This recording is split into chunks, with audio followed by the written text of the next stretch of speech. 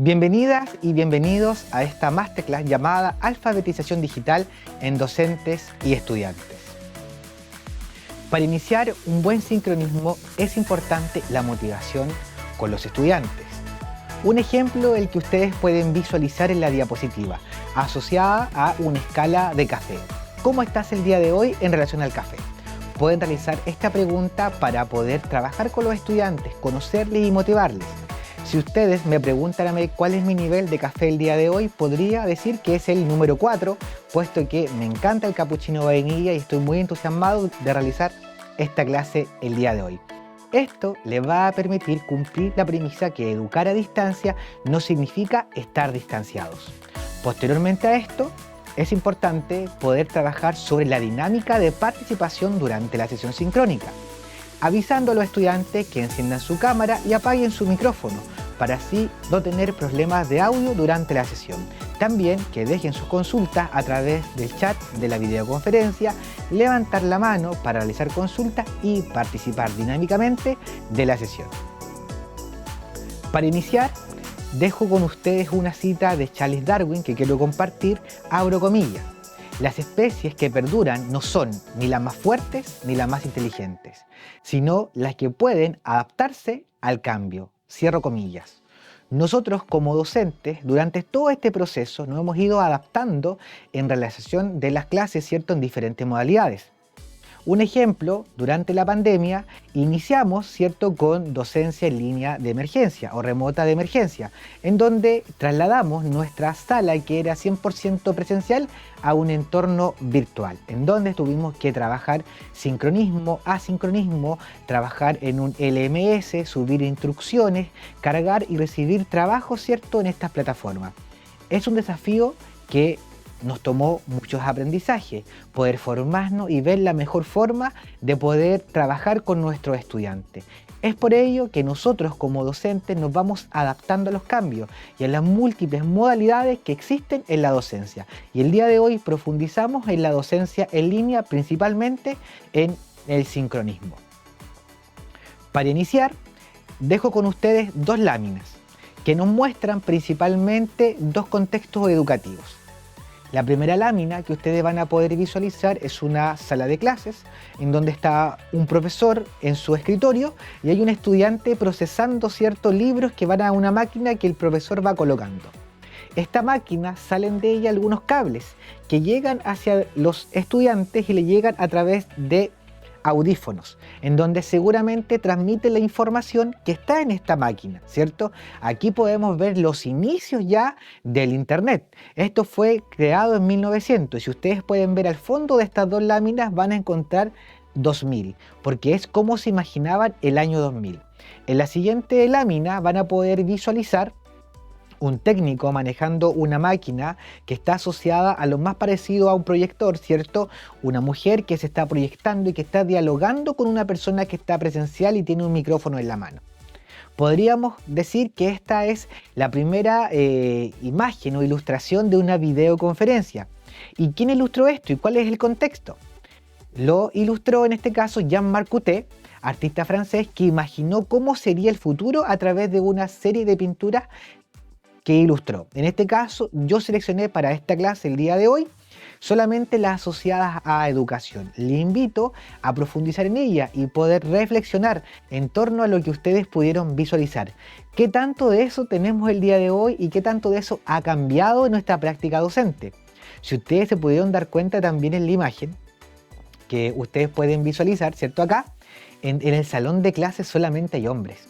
Es decir, este artista se imaginó que el año 2000 aún las mujeres no podían asistir a clase. Entonces es un foco importante. Y vean cómo utiliza la tecnología. En 1900 se imaginó de esta forma una sala del año 2000. Entonces, ¿qué de esto queda el día de hoy? ¿Qué de esto no existe o existe? ¿Y cómo fuimos modificando esta práctica?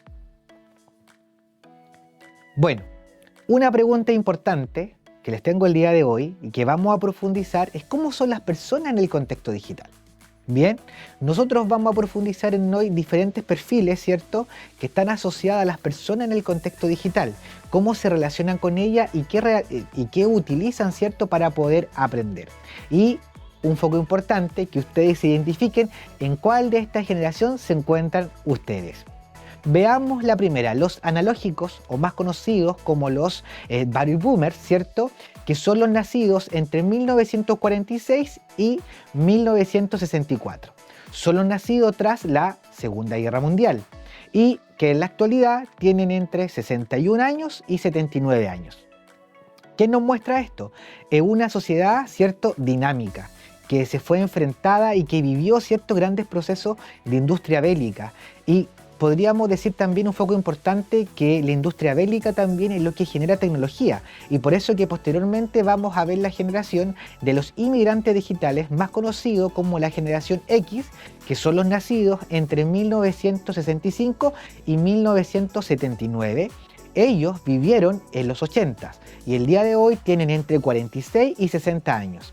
Inmigrantes digitales, puesto que ellos sufrieron un cambio, ¿cierto? En donde fueron de procesos más analógicos a procesos más digitales mediados por tecnología que estaban en ese periodo. Ya podemos ver aquí la llegada del computador en nuestras casas, ¿cierto? El uso de computadores por parte de los ingenieros, que también dinamizó la forma en la que nosotros generábamos el trabajo y cómo realizábamos esto. Posteriormente vamos a ver la clasificación de nativos digitales. Acá tenemos dos generaciones, la generación Y y la generación Z. La generación Y está asociada en el periodo de 1980 al 2000, en este caso, y es conocido como los millennials, que en la actualidad tienen entre 25 a 45 años. Personas en el contexto que han nacido con la dinámica de las computadoras, de la conexión global, del internet, ¿cierto?, del uso de plataformas, del correo electrónico.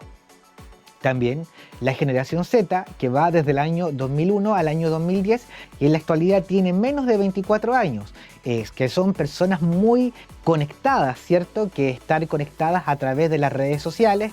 Podemos ver que en este contexto esta generación es muy hábil en el uso como de ex Twitter, ¿cierto? Facebook, Instagram, TikTok, entre otros, que les permite comunicarse y una comunicación más rápida. En este contexto, ¿en qué perfil están nuestros estudiantes? Y ¿en qué perfil estoy yo o mis colegas? Puesto que esto que nos ayuda a poder ver en cuál generación yo me encuentro para ver qué debo modificar y cómo debo aprender el uso de las tecnologías digitales para poder mediar mejor, ¿cierto?, mi sincronismo y mi trabajo en línea, pero también conocer los contextos de nuestros estudiantes el día de hoy para poder trabajar con ellos. Supongamos un ejemplo, tengo estudiantes de máster, tengo estudiantes de doctorado, tengo estudiantes de carreras técnicas, advanced, un ejemplo, tengo estudiantes de pregrado común que se enfrentan a una modalidad en línea, entonces es importante poder ver en qué contexto están nuestros estudiantes para poder ver qué puedo utilizar en mi dinamismo. Siguiendo con esto, vamos a ver los conceptos, seguramente ustedes ya se dieron cuenta anteriormente, de nativos digitales e inmigrantes digitales. ¿Quién lo postula? ¿De qué vienen, cierto, estos conceptos que comúnmente nosotros utilizamos en nuestra práctica? De hecho, un concepto muy importante, decimos, yo no les voy a enseñar a mis estudiantes cómo escribir un correo electrónico porque ellos son nativos digitales. Aquí es una pregunta para ustedes, estimadas y estimados. Una característica que asocia el autor que vamos a trabajar posteriormente está asociado a que de cierta generación o de cierto año en adelante se considera nativos digitales y posterior a ellos son inmigrantes digitales. Es decir, si yo nací posteriormente a este periodo y se creó, supongamos, la máquina de coser industrial, significa de que yo por nacer en ese periodo sé ocuparla muy bien, o si nací justo en el periodo de las redes sociales, sé utilizarlas todas. Entonces, esa es una pregunta elemental que debemos realizarnos cuando nos enfrentamos a estos perfiles de estudiantes. ¿Quién postuló el concepto de nativos digitales e inmigrantes digitales? Fue Marc Prensky en el año 2001, el cual postula estos dos conceptos que está asociado al uso de las tecnologías. Miren, ahí pueden ver en la imagen, ¿cierto?, a un niño con una tablet que en este caso se apagó y se puso a llorar por falta de batería. Y también podemos ver una abuelita, ¿cierto?, que está cosiendo. Algo que podemos hacer analógicamente, pero está cosiendo de una forma virtual porque está en el computador haciendo un juego como que está cosiendo. En este caso, ahí podemos ver también una tecnología sustitutiva, puesto que hace lo mismo, pero el medio es el que cambia. Entonces, el concepto aquí, estimados colegas, es ¿Qué entendemos por esto? Nativos digitales, los nacidos posteriormente a los 90, ¿cierto? Y inmigrantes digitales, nacidos antes de los 90.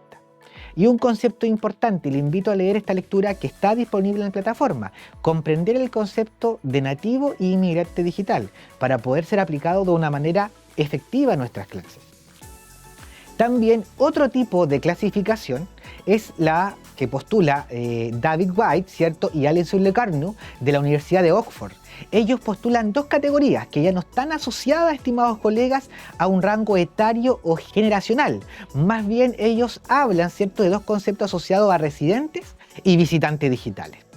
Comenta en este caso que los residentes digitales ven la web como un espacio donde tienen grupos de amigos, redes, interactúan con ellos, trabajan, valoran su red y las oportunidades de trabajo que esta brinda y el conocimiento que les brinda.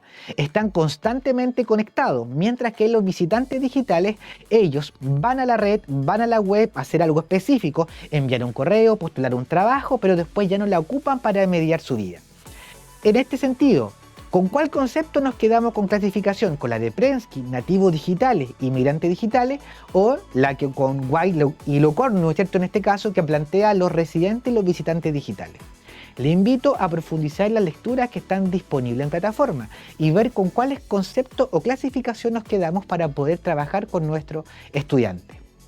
Estos autores que están proyectando ahora, ¿cierto?, asocian que el uso de la tecnología no está asociado a un rango de edad. Un ejemplo, una persona de 80 años puede ser muy hábil en redes sociales, trabajar en la web, mientras que un estudiante de 16 años no puede ocupar tecnología, no la utiliza en su vida diaria. Entonces, este estudiante sería un visitante digital y esta persona de 80 años sería un residente. Y si se dan cuenta, ahí ya no trasciende a un rango generacional. Ahora, ¿cómo vamos, estimadas, estimados? Le invito, ¿cierto?, a seguir adelante porque nos quedan muchas características que profundizar en esta clase. Bueno, el perfil de los estudiantes de hoy, ¿cuál es? Asociado a la personalidad. Son más inmaduros y dependientes, ¿cierto? Aceptan y afrontan la diversidad mejor que generaciones pasadas, que nuestras generaciones y que la de ustedes, ¿cierto? Temen al fracaso y reclaman el premio rápido. Y esta es una característica importante que debemos considerar cuando nosotros pensamos, ¿cierto?, y realizamos nuestras clases. ¿Cómo las realizamos? ¿Qué estrategias ocupamos? ¿Cuáles no ocupo y cuáles sí utilizo para poder trabajar y motivar a nuestros estudiantes? ¿Cómo se relacionan con su entorno? ¿Cierto? Crecen en un mundo muy diferente al de sus padres, al de su abuelo, al mío y al de ustedes. Tienen otras dinámicas, una actualización constante. Entonces es importante poder ir viendo qué vamos utilizando. Otro punto importante son los más conectados, pero los más solitarios. Y están sometidos a un ritmo y cambio acelerado, como ya lo explicaba en el punto número 1. De hecho, ya vemos que la actualización de tecnología es cada 3 y 6 meses. Por eso es que algo importante es cuando aprendemos a ocupar un software, ¿cierto? La lógica es aprender cuál es la finalidad y para qué lo voy a utilizar. Si lo aprendo mecánicamente, es más complicado, puesto que el símbolo más, el engranaje, el lápiz de edición va a estar en este lado, en el lado derecho, y ya en 6 meses más lo van a cambiar, o al extremo superior o al inferior. Entonces es importante saber por qué los utilizo y eso me va a ayudar, ¿cierto?, a construir y avanzar en mis competencias digitales. Y el futuro, ¿cómo lo ven los estudiantes? ¿Les preocupa menos, ¿cierto?, el salario y cambian de trabajo con facilidad? De hecho, esto es una característica importante. Nuestros padres, ¿cierto?, en este caso, tuvieron 1 o 2 trabajos y se jubilaron en ellos. Y sus padres 1 o 2 máximo y se jubilaron en ellos. Mientras que las actuales generaciones pueden cambiar ya a los 35 años en tener 5 trabajos, en haber pasado por 5 oportunidades laborales distintas. Y eso muestra también una característica dinámica y cambiante de la sociedad en la cual nosotros, ¿cierto?, estamos trabajando. Buscan la satisfacción inmediata los estudiantes, maduran más tarde, ¿cierto?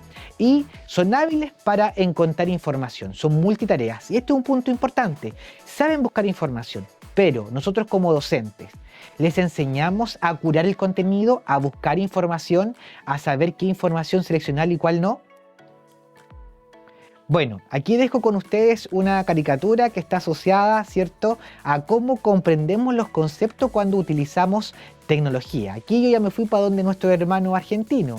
Digo así, che, ¿qué entendió tu abuelo cuando le dijiste que íbamos a navegar por la web? Y aparecen ahí dos niños, ¿cierto?, frente a un computador y el abuelo con una caña de pescar. Esto nos muestra algo importante, cómo van cambiando los conceptos, para qué los vamos utilizando. Y eso es primordial poder trabajarlo con nuestros estudiantes. Un foco importante es que no es tecnología, es aprendizaje, estimados colegas. Porque con o sin tecnología debemos trabajar en la construcción de los aprendizajes con nuestros estudiantes. Aquí podemos ver dos cómics. Uno, en este caso, que un estudiante que se quedó dormido en una clase presencial y también se quedó dormido en una clase en línea. Y otro, en este caso, que está asociado a escribiéndole a su profesor que tiene unas dudas. Profesor, tengo unas dudas, le vuelve a escribir, por favor, necesito ayuda, help. Le dice, profesor Smith, por favor, ayúdeme.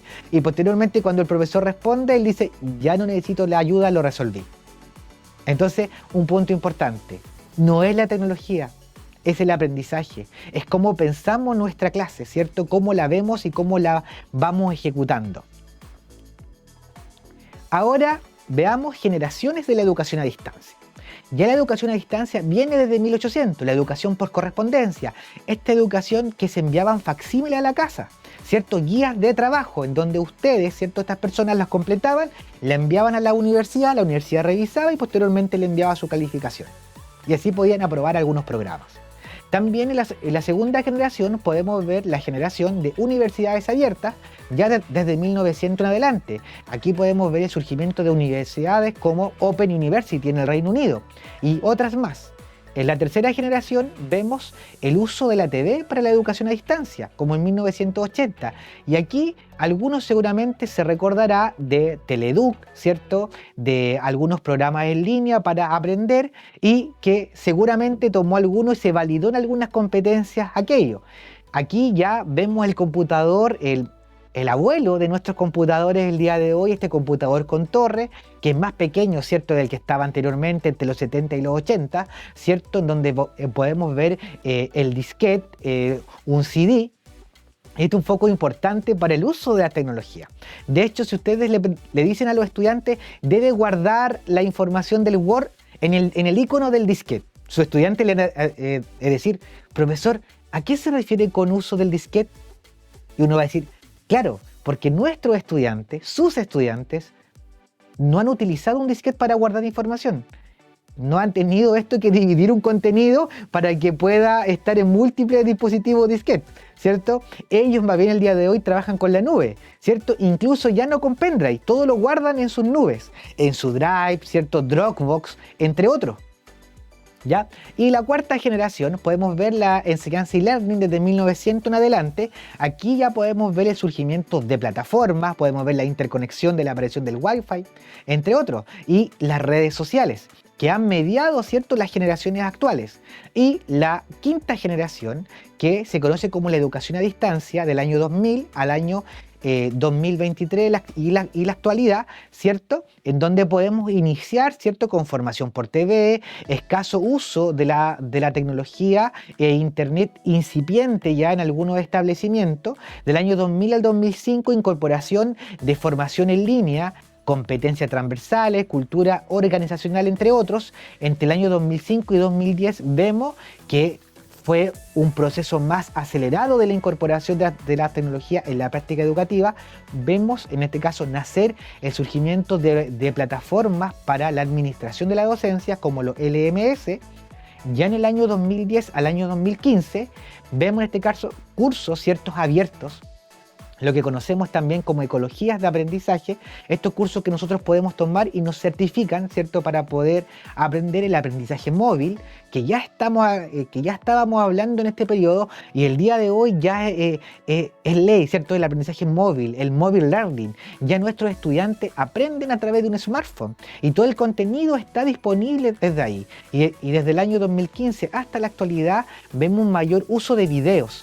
de calidad para el trabajo, del sincronismo, ¿cierto? Y de recursos educativos digitales, es decir, aquellos recursos que tienen un foco pedagógico, que tienen una estructura para el aprendizaje. Si no tienen esa ruta, estimados colegas, les vamos a llamar recursos digitales, pero no recursos educativos digitales. Ahora van a poder ver aquí un pequeño resumen de las generaciones que trabajamos hace un momento, desde la primera a la quinta generación. Les invito a profundizar porque esta misma tabla está disponible en su curso para que vayan tomando apuntes y vayan viendo las características de cada generación de educación a distancia. Bueno, vamos a hacer un recuento de la educación, cómo ha ido evolucionando. Si vemos las primeras revoluciones educativas, ya en la Edad Media, que no todos tenían acceso. No todos accedían a educación. Las mujeres, si ustedes se dan cuenta, en la educación no estaba.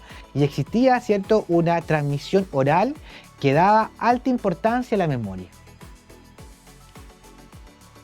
Siguiendo con esto, las escuelas públicas nacen, ¿cierto?, en la creación de las naciones y estados. Se cambia la transmisión oral de conocimiento a través de un libro de texto. De hecho, esto fue una gran revolución, la llegada del texto escolar a nuestra sala. De hecho, fue tanta la revolución que algunos docentes planteaban que si existía el texto escolar, ya los profesores no iban a tener trabajo porque todo el contenido estaba en este libro. Creo que esta pregunta y esta revolución también la estamos viendo el día de hoy, con la llegada del Gen IA, con la llegada de la inteligencia artificial. Y nacen estas mismas preguntas. ¿Nos va a reemplazar? Si yo soy el docente. Entonces, esas preguntas le invito también a poderlas colocar acá y reflexionar en torno a esto. Y por razones geográficas, ¿cierto?, en este periodo, o económicas, la educación no llegaba a todos y todas. En la revolución industrial ya vemos que el sistema educativo adquirió llegar a toda la población, ¿cierto?, en este caso, para que se puedan educar. Otro foco importante está la educación, tenía que preparar a los ciudadanos para la industria y la producción. Y eso era un punto importante, y por eso que los currículum fueron adecuándose a aquello, ¿cierto? La escuela era el único lugar para aprender, el único lugar en donde se aprendía y se validaban las competencias, y ellos proveen el conocimiento que la población necesita. Un punto importante, porque eso es lo que la industria necesitaba para la producción. La revolución de las tecnologías, que llegó a ser un cambio muy grande en nuestras aulas, la incorporación del aprendizaje en la nube, ¿cierto?, del sincronismo, del asincronismo, ¿cierto?, del trabajo autoinstruccional, de aplicaciones del metaverso, de aplicaciones de realidad virtual, de realidad aumentada, ¿cierto?, de docencia híbrida, de mezclar espacios, algunas personas conectadas en línea, otras presenciales. Son conceptos y prácticas que han llegado el día de hoy a nuestras salas, ¿cierto? Y que nosotros como docentes debemos tener las competencias necesarias para poder enfrentarnos a este mundo y formar, ¿cierto?, en este caso, a profesionales para el futuro y no para el pasado. Y esa es una gran pregunta, estimados colegas, y que le hago a ustedes. ¿Están formando profesionales para el pasado o para el futuro? No me contesten ahora, pero seguramente cada uno de ustedes ya tiene muy claro qué tipo de profesional está formando. Y seguramente se preguntarán, ¿y la formación de hoy? ¿Cómo es la educación de hoy? El surgimiento de la tecnología de la información y comunicación ha llegado a revolucionar estos ambientes, ¿cierto? Un nuevo tipo de sociedad, la sociedad del conocimiento. La globalización llegó a interconectar toda nuestra vida, ¿cierto? Ya sabemos lo que está pasando en cualquier parte del mundo de manera inmediata. Migración de zonas rurales a urbanas, ¿cierto? Y cambio de la fuerza laboral y la creación de nuevos oficios y nuevos trabajos. Y también, ¿por qué no decirlo?, la desaparición de algunos trabajos y oficios por la llegada de las tecnologías. Un foco no menos importante, y dejo con ustedes este esquema, son el Marco Común de Competencia Digital Docente europeo, ¿cierto?, que nos muestra 5 competencias primordiales que los docentes, es decir, que ustedes y yo, debemos tener. 1. Información y alfabetización informacional. 2. Comunicación y colaboración. 3. Creación de contenidos digitales. 4. Seguridad. Y 5. Resolución de problemas. Son 5 grandes competencias que un docente debe tener para poder trabajar con sus estudiantes. Les invito a profundizar en esta lectura que está disponible en plataforma y también en INTEF van a poder descargar, ¿cierto?, el marco de competencias digitales docentes y también existen, por si acaso, el marco de competencias digitales de estudiantes. El estudiante el día de hoy es un estudiante que aprende en línea, en movimiento, conocido como aprendizaje mobile learning, y aprende en diferentes lugares, no solamente en nuestros salones o en nuestra sesión sincrónica o asíncrona. Es un estudiante que aprende en sus múltiples modalidades y aquí podemos ver el concepto de ecología de aprendizaje. Es decir, cómo complementamos y cómo vemos lo que el estudiante aprendió en cada momento y articularlo en nuestras clases. Y para ya ir finalizando, ¿cierto?, dejo con ustedes esta pequeña lámina que nos muestra a un profesor muy bien que le está enseñando ahí a sus estudiantes y les dice: el ordenador electrónico es muy útil para la enseñanza. Colegas, ¿qué les dice esto? Debemos mostrarlo con la práctica, ¿cierto? No solamente decirlo. Él lo comenta, ¿cierto?, pero él no está ocupando nada tecnológico, ni siquiera un computador para poder enseñar, y lo que él mismo estaba comentando. Bueno, ¿qué les pareció? ¿Cómo llegamos al final de esta masterclass? Seguramente hay algunas dudas que fueron surgiendo en el camino, algunos conceptos que es nativo digital, inmigrante digital, visitante, cuáles son las generaciones, ¿cierto?, educación a distancia, el contexto de los perfiles de las personas que viven en un contexto digital. De esto y mucho más ustedes van a poder encontrar en plataforma para poder explorar y profundizar en estos contenidos. Y si tienen alguna duda, pueden escribirnos en los lugares formales, ¿cierto?, en plataforma, en el foro consulta o a través de mensajería, ¿cierto?, las dudas y comentarios en relación a lo que hemos trabajado el día de hoy. Con esto, estimadas y estimados, damos por finalizada nuestra masterclass llamada Alfabetización Digital en Estudiantes y Docentes. Nos vemos en la próxima.